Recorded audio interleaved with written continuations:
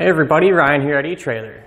Today we're going to be taking a look at and showing you how to install the Curt power taillight converter on your 2015 Volkswagen Golf SportWagen. So one of the things that I really like about this setup is that the wiring is going to be stored on the inside of your VW whenever you're not using it. That way it'll stay out of the elements and won't take away from the looks of the back of your Golf. But whenever you're ready to use it, it's really easy. All you're going to have to do is open up your hatch and grab it. Now when you're not using it, you can simply just put it in your storage container and that'll be out of sight and out of mind.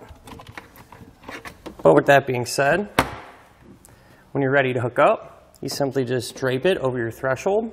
Anywhere along the threshold is fine. Other than the latch area, you want to do your best to avoid that because if it gets pinched in there, it could get damaged. With that being said, you just close your hatch and then you're ready to hook up. Now something that I do think is really important is the fact that we have a module box. So what that module box is going to do is protect your vehicle's factory wiring if a short or an electrical issue were to occur on the trailer side. And that's really important, especially with these Volkswagens.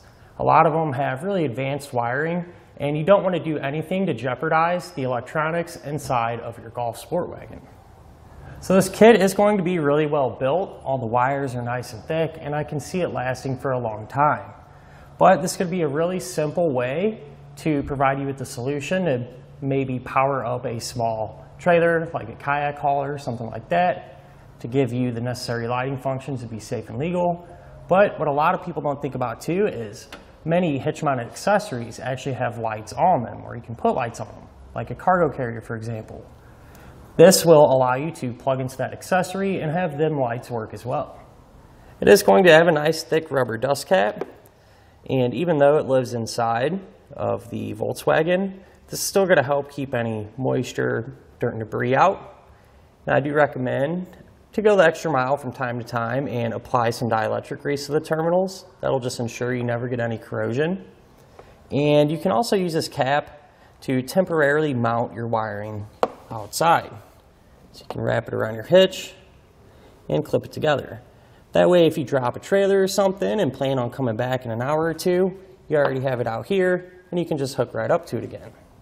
So now compared to the other wiring, I think this setup definitely has an advantage. I feel like it's more well built and I feel like it's going to be a lot more reliable. And that's because the wiring directly crimps onto your factory wiring, so that connection is really solid. Now even though we do have to crimp into that factory wiring, it's easy to get to and it's straightforward.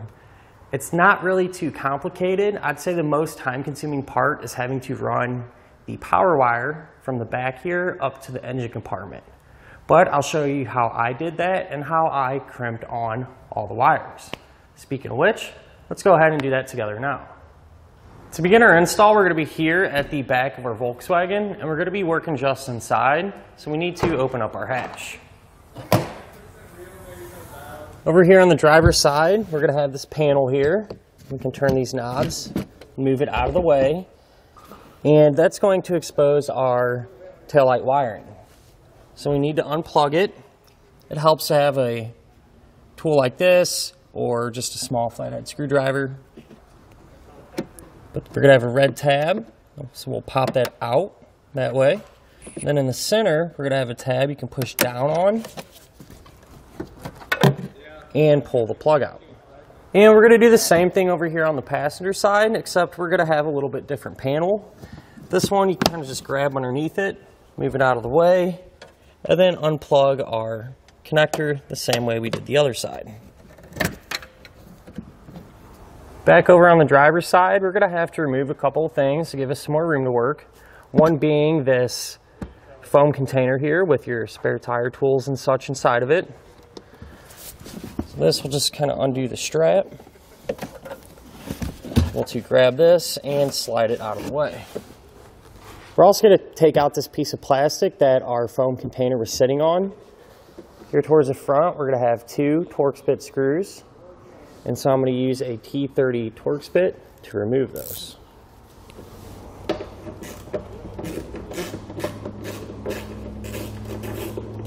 Once we have those removed, we can lift up on this end and then pull it towards the front, and we can slide this out of the way. At this point, what we can do is just kind of lift our floor covering up out of the way, and we're going to remove this center threshold here.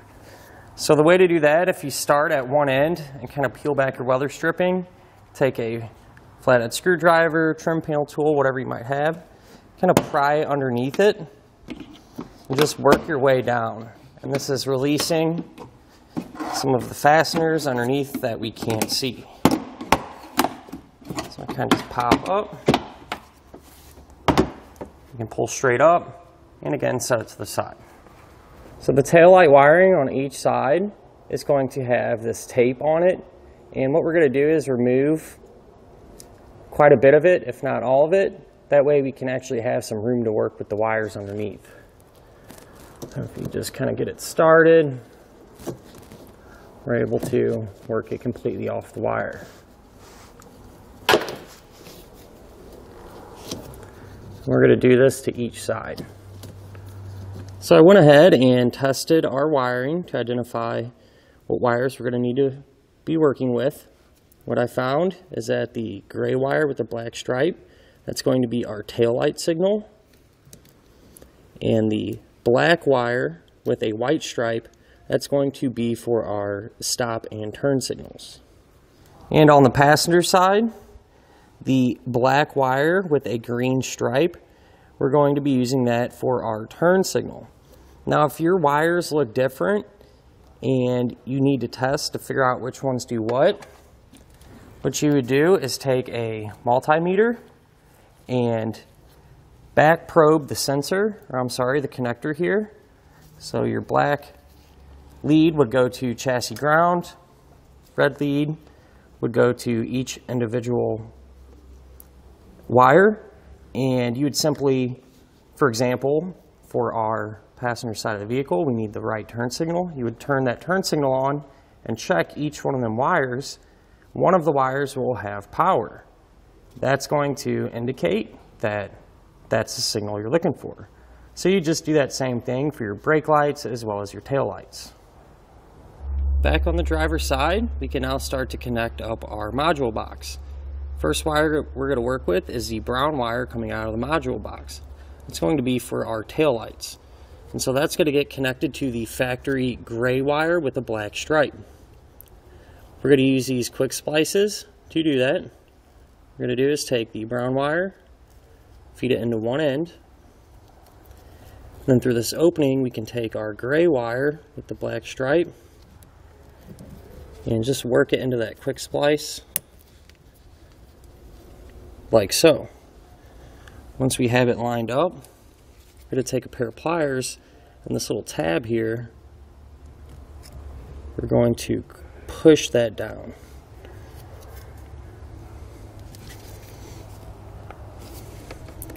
The little tab is going to connect those two wires together inside of our quick splice. So now that we got it pushed down, we can simply take the cap, fold it over, and seal it up like that. Now we can grab our yellow wire from the module box, and we're going to tap that into the factory black wire with a white stripe. We're going to use that same technique in quick splice.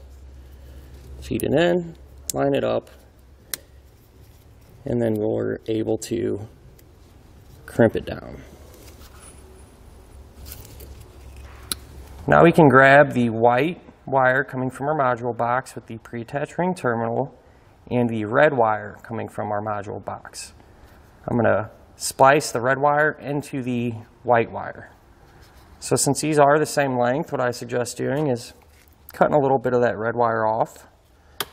That way we don't have to try to make a connection right there at the very end. And this is going to work the same way. We'll take our quick splice, push that red wire into it, and you may have to open it up a little bit since the white wire is thicker than these factory wires. Push that into there, we'll crimp it down, close up our cap, and now we can find a good spot to ground out our ring terminal. So the spot I'm choosing to ground out a ring terminal is right here on this lip. It's nice and thick metal and should provide us with a good ground. So I'm going to go down a little ways, about there, and the way I'm going to secure it is by taking the included self-tapping screw and running it into the body of our vehicle through that ring terminal.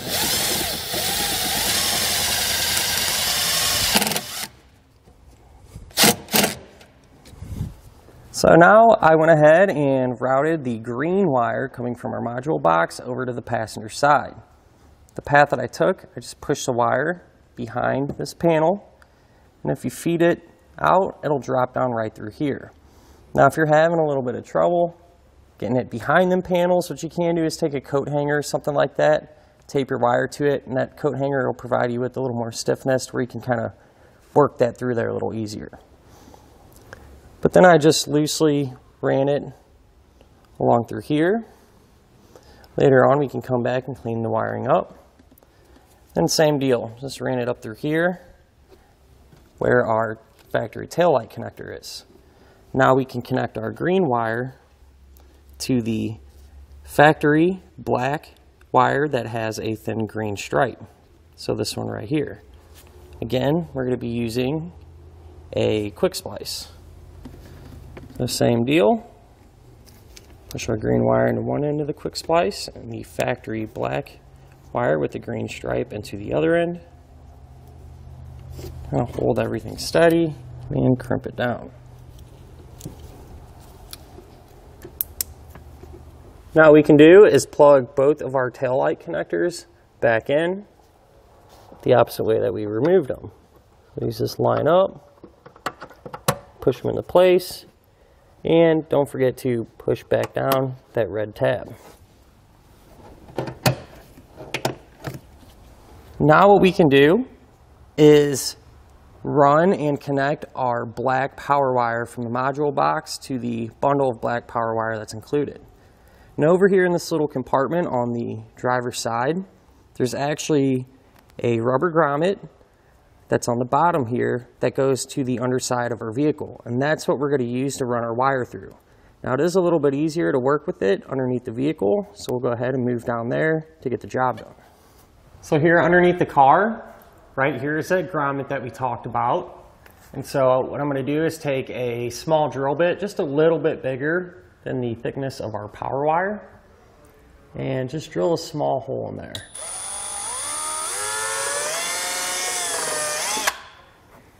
Now if you grab one end of our big bundle of black power wire, we're going to take that end, feed it up through that hole that we made in the grommet, and push maybe about a foot or so worth of wiring up there. That way we have a little wire to work with and connect to our module box. Now just to help keep everything sealed up down here, I'm going to take some silicone and put it around the hole that we drilled around the wire. If you need some silicone, you can pick it up here at eTrailer. So now back inside of our Volkswagen, here's where our power wire came up through. We push through the grommet, and what we're going to do is strip back the insulation a little bit.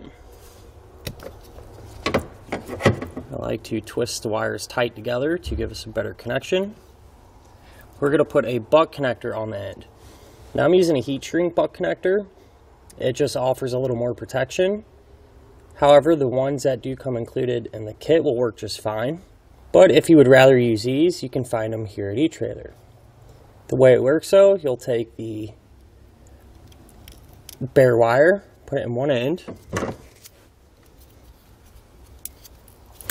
and crimp it down. And on the other end of the butt connector, we're going to take the black power wire coming out of our module box, push that end, and crimp it down as well. Now, since I'm using the heat shrink, I'll grab my heat gun to seal up the ends.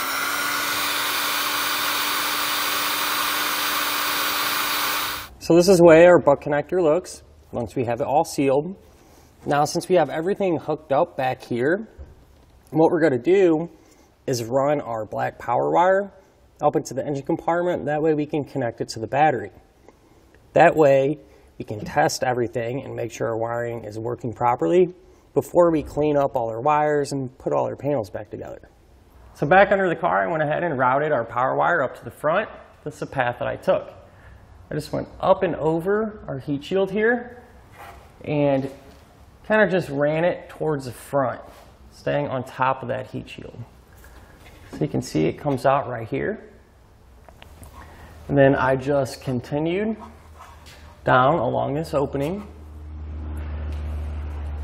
Now you want to do your best to avoid any hot or moving parts. Up above the heat shield is fine.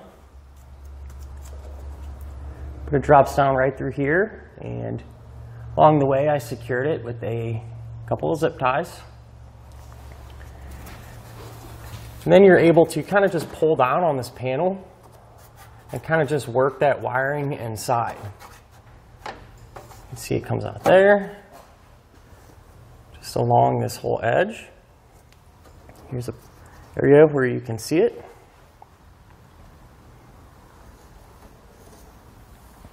And then from here, it goes right up into the engine compartment.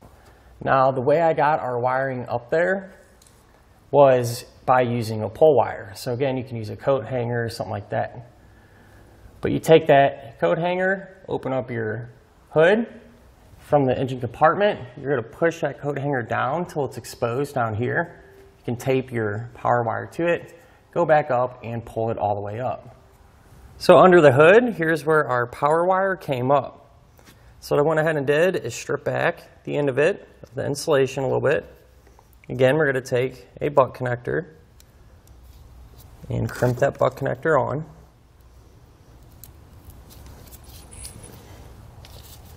The power wire here is going to get connected to a fuse holder.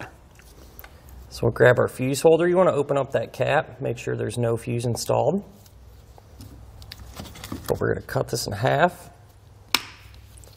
and strip back both ends of that insulation. So one end of the fuse holder will get connected to our power wire. So we'll take that in and use the butt connector to pair the two together.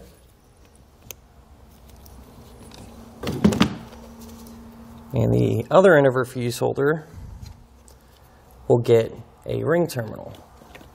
This works the same way as a butt connector. Just slides over the bare end of the wire, and we can crimp it down. Since I used that heat shrink butt connector, I'll come back with my heat source and seal up the ends.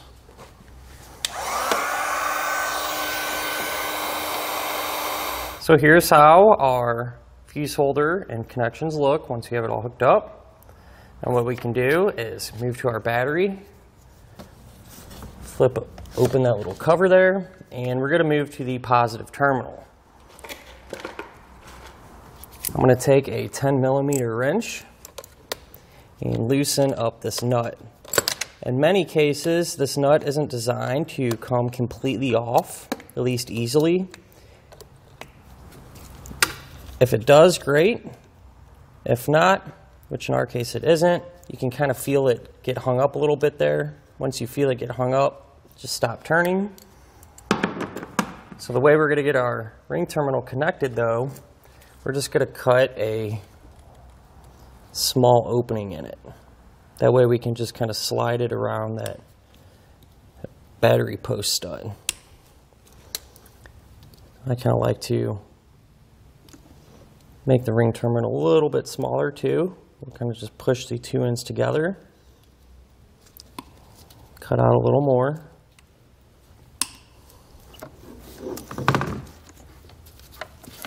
Then we can simply take that end, and find a good spot here. I have to go on the top side. Sneak it in behind the nut. Then we'll just tighten it back down.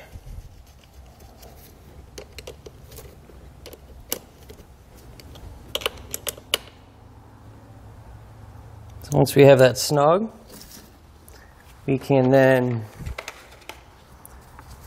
grab our included fuse and place it into the holder.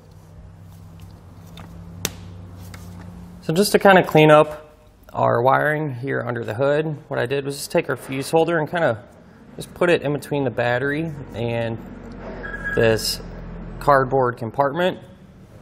That keeps it nice and tight. We'll just close up the cover again. With everything hooked up, now we can test it. I'm using this small tester you can pick up here at eTrailer, or you can always just plug into your trailer and do it that way. With that being said, we'll try our taillights, our left turn, our right turn, and our brake lights. Now that we've verified everything is working, we can secure our module box. I'm going to use the included two-sided sticky tape. Peel off one side. Now you want to make sure that the surface that you're going to mount it to, as well as the box, is clean. So grab some rubbing alcohol and a towel and wipe that down real good. It's real simple. It sticks to the back. Peel off that other side. And I'm going to mount our module box right up here against the body of our vehicle.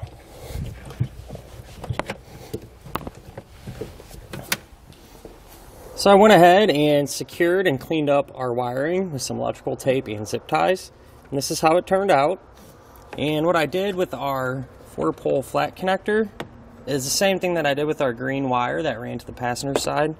Just brought it through here, and this will live inside of our vehicle whenever we're not using it in the storage compartment. With that being said, the green wire, I stretched that across, and what I did to secure that was just use some packing tape and just simply tape it to the body of our vehicle. That way it'll get held in place. At this point, we can reinstall our interior components the opposite way that we removed them.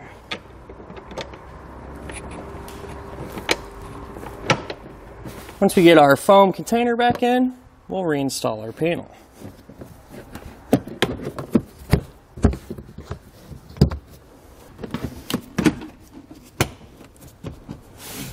And that'll finish up our look at and our installation of the Curt powered taillight converter on our 2015 Volkswagen Golf SportWagen.